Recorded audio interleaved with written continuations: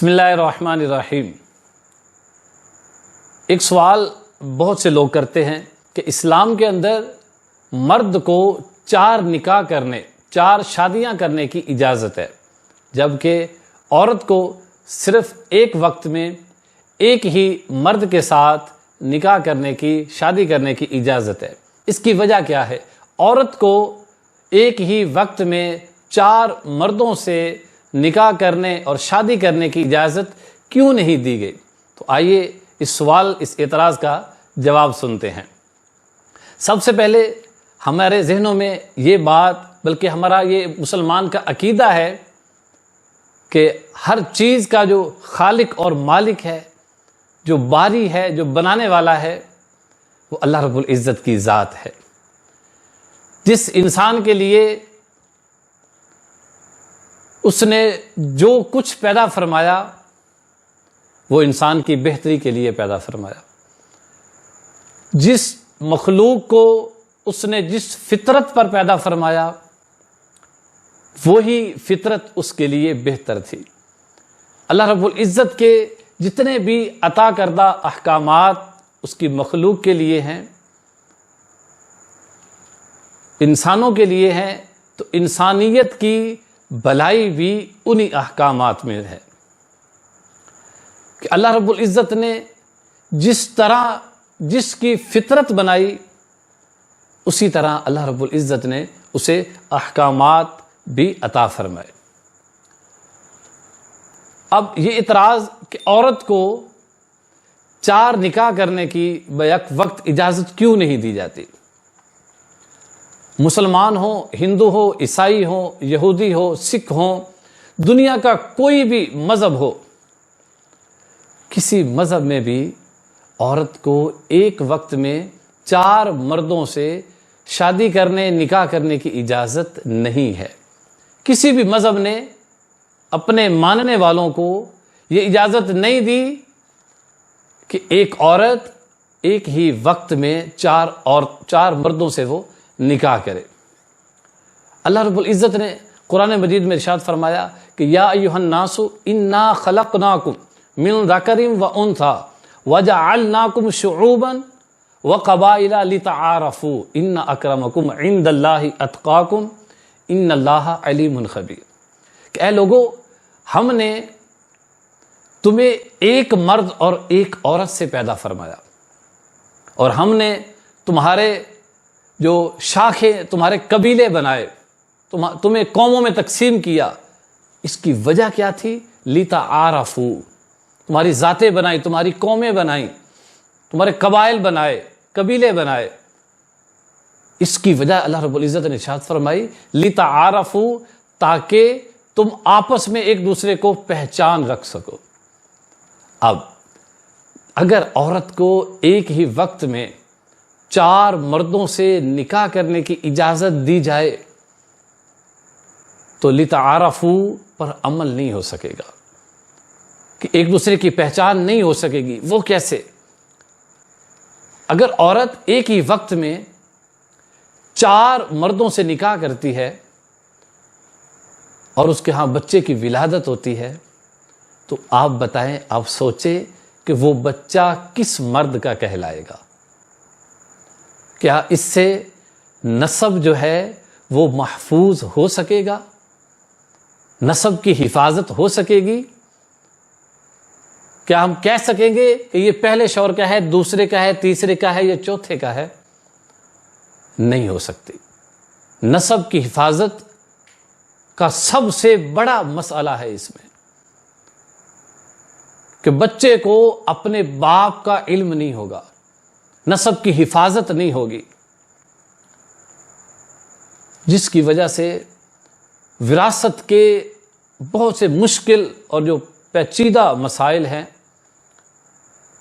ان کا حل ختم ہو جائے گا۔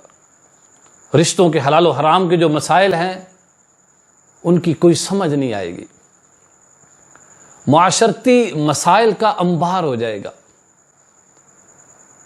اب جیسے بچے کی ولادت ہوئی، بچی کی ولادت ہوئی، اب باپ کہے گا کہ اس کا جو خرچہ ہے یہ دوسرا شوہر اٹھائے، دوسرا کہے گا کہ اس کا خرچہ تیسرا شوہر اٹھائے، وہ بھی تو شوہر ہے، میں اکیلا تو شوہر نہیں، تیسرا کہے گا کہ چوتھا اٹھائے۔ یوں جو بچہ اور بچی ہے اس کی پرورش درست نہیں ہو سکے گی، اس کو باپ کی شفقت، باپ کی محبت، باپ کی وہ رحمت، باپ کا پیار وہ بچے کو نصیب نہیں ہو سکے گا۔ بچہ اب سکول میں جائے تو ایک کہے گا کہ وہ بھی تو تیرا شوہر ہے، اس بچے کی فیس وہ ادا کرے، وہ کہے گا کہ دوسرا ادا کرے، تیسرا کہے گا چوتھا ادا کرے۔ یوں بچے کی پرورش کا جو حق تھا اس کے مطابق بچے کی پرورش نہیں ہو سکے گی، اور معاشرے میں بہت زبردست بگاڑ پیدا ہوگا، کیونکہ عموماً جو بچے ہیں وہ والد سے ڈرا کرتے ہیں،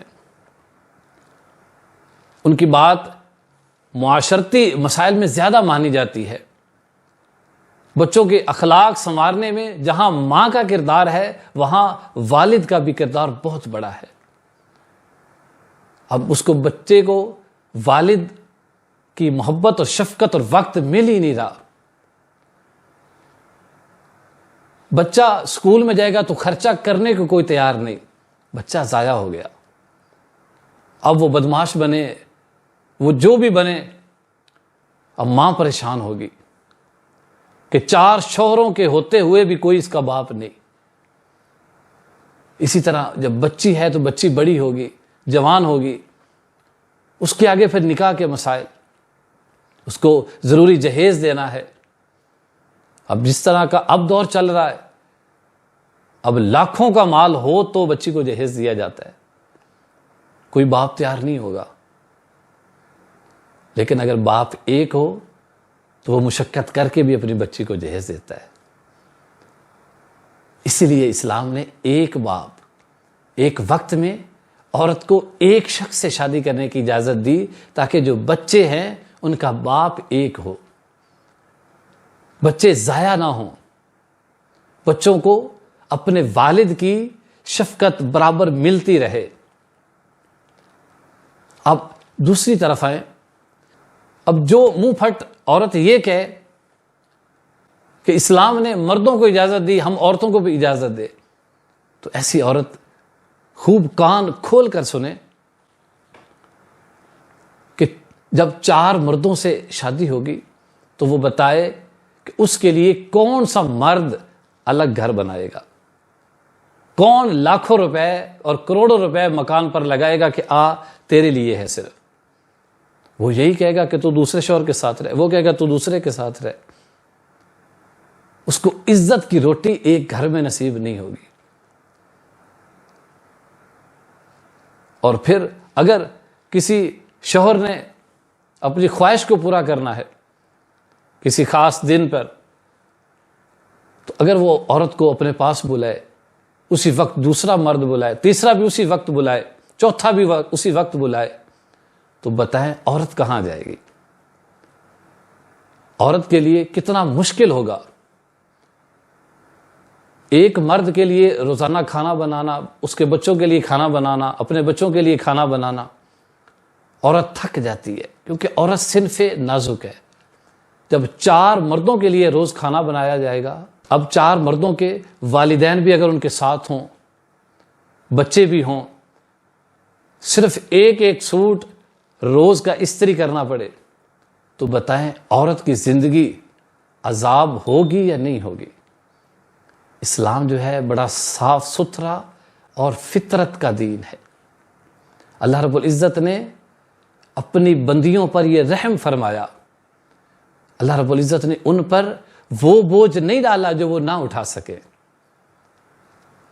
اب اگر یہ عورت اس طرح کے معاملات کرتی رہے، کبھی ادھر جائے کبھی ادھر جائے، تو اس کو عزت کی زندگی نصیب نہیں ہوگی، اس کو سکون میسر نہیں آ سکے گا۔ اسلام نے کتنی شان دی ہے کہ ایک مرد کے ساتھ، ایک شوہر کے ساتھ زندگی گزارے کہ اپنے شوہر کو اپنے گھر کا اپنا بادشاہ سمجھے، اور پھر اس کی ملکہ بن کے اپنے گھر میں رہے. یہ عزت ہے. یہ اسلام نے اپنے ماننے والوں کو عزت عطا کی ہے. اب عورت جیتے جی وہ جیسی بھی اس نے گزار لی. اب جب عورت مر گئی، اب 4 شوہر اس کے موجود ہوں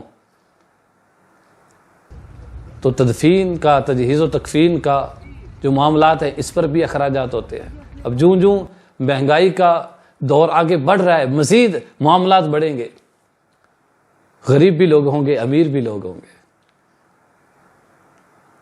تو پھر ہو سکتا ہے کہ شوہر یہ بھی کہے کہ میرے پاس پیسے نہیں کہ میں اس کی تجہیز و تکفین کر دوں، اس کی تدفین کے لیے میرے پاس پیسے نہیں ہیں، اس کو دفن کرنے کے لیے پیسے نہیں ہیں، اس کے کل کرنے کے لیے میرے پاس پیسے نہیں ہیں. تو وہ جیتے جی تو وہ پریشان تھی ہی، مر کے بھی اسے چین نہ ملے گا.